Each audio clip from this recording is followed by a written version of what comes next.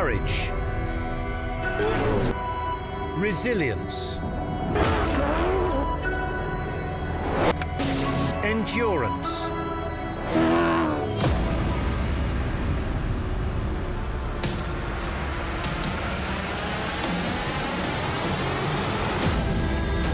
a unique event like the Dakar Rally demands unique competitors. The demand that the race brings to your body and your mind is insane. We're up early every morning. I think the first day was 2:30 in the morning, wake up, so a couple hours sleep, and then on the bike for 4 hours to get to the start of the stage, and then to race and navigate and concentrate for the whole day, and then get back to the bivouac at the end of the day, get some food into you, and then sleep again and then repeat it again.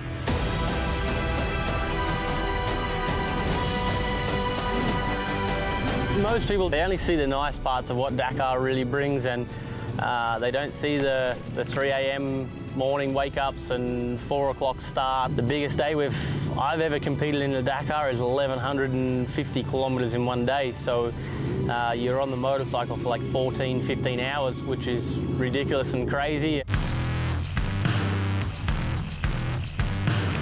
Yeah, normally I like it a lot to ride in the dunes, but I really hate it to racing in the dunes because you really don't know what's going on behind this dune. Of course, when you go like in one direction, the dunes are more or less similar, but can be really like 100 round dunes, and the 101 dunes have a big drop, a big cut, and then the rider need to spend so much time as a camel in the desert.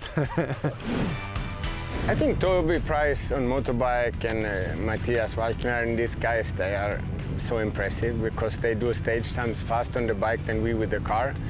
And I cannot understand that. That's navigate and drive, and then they open the road every day. I think they are the real stars of the show here.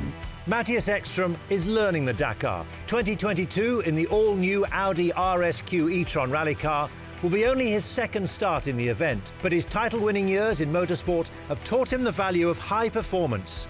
Price and Walkner won the Dakar 3 times in 4 years between 2016 and 2019.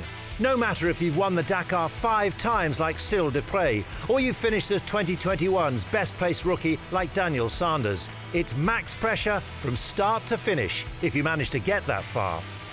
Bikes is tough, demanding, because you don't have windscreen, you don't have 4 wheels, you have to keep the balance, and you have to stand up nearly the whole day. It's the hardest, the more demanding physically for your legs and for your arms.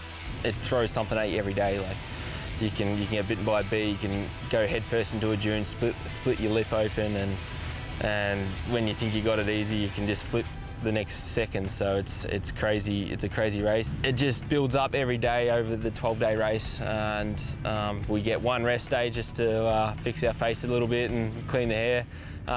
So it's really tough, and every day you just have to try and recover as best you can. But we're flying across the desert at high speeds, and this is what we love to do and what I want to do, and you have to commit yourself to it.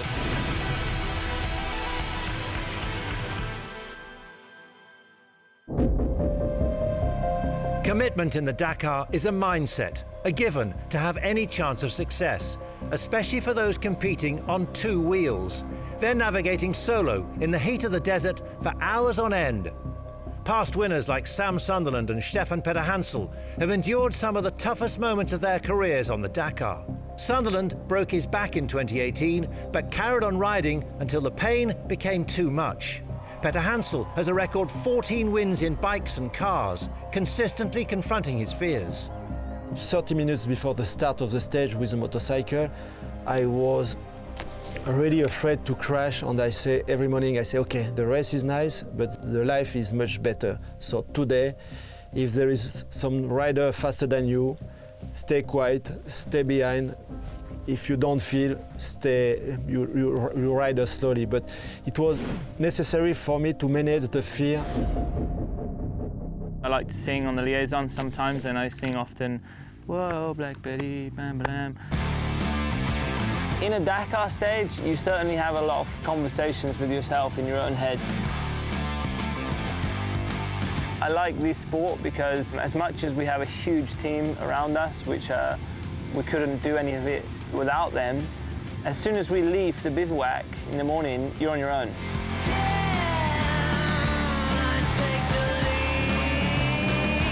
Once the race started, you just got to take it day by day and just have, you know, an endless amount of motivation. Just because you've raced 10 Dakars, it doesn't mean that you no longer feel cold, or you no longer feel dehydrated, or you no longer feel tired, or you no longer have headaches, or you no longer crash. You know, like, I think it's just about perseverance and knowing that you're going to get through it step by step.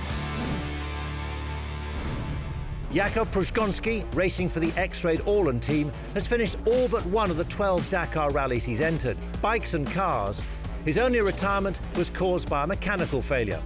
Otherwise, Poland's cross-country rallies world champion in 2018 has stayed true to his motto. I think the most important is to never give up, and this we do always. If the moment is really bad that our car is on the side or something, I try to find some solution to continue and to finish the Dakar. I feel more strong when I train a lot.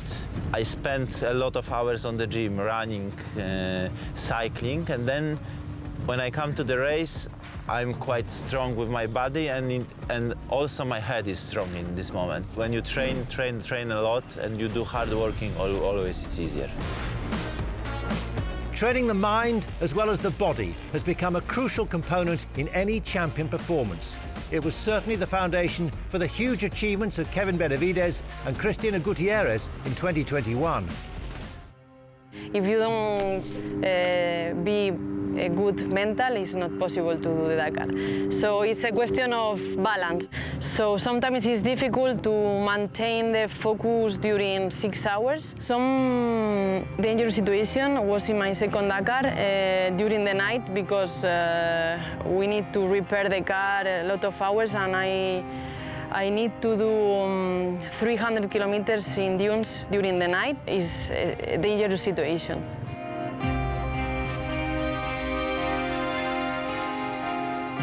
The mental training is so important, almost same like the physical training, you know? So I also train my mind with my trainer and my psychology. We do a lot of different exercises about concentration and reaction to understand more quick the road book, and also to have the concentration at the moment, to don't have stress or pressure or something like that, to manage all that things. But for every celebration in the sun, there are many more incidents and accidents that can throw a Dakar campaign off course.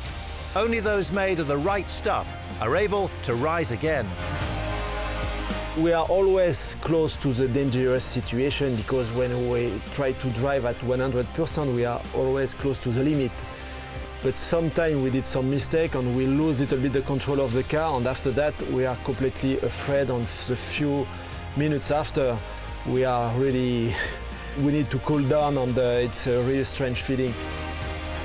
Dunes for me is like ocean, you know. You don't know what is inside. You need to respect the sand, you know, because it's not easy to cross all the sand and to survive, you know, because if you miss the line, you can stuck, and when you're stuck in the dune, you take time to get out.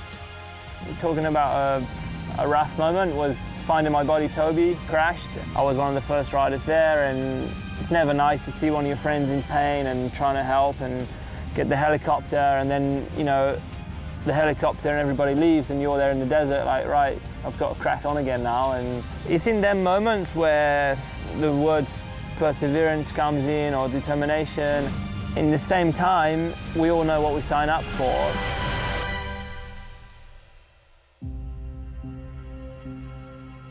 It takes you a good month and a half, 2 months to recover after a Dakar event, and just to try and get back to normal is quite difficult sometimes. So it's definitely tough, and but we always have a full bivouac, and people come back for this challenge every year, which is really cool to see. Very few are called to take up the challenge of the Dakar, but year on year, they prove themselves to be some of the toughest and most respected racers in the world. And their feats continue to add to the legend of this extraordinary event.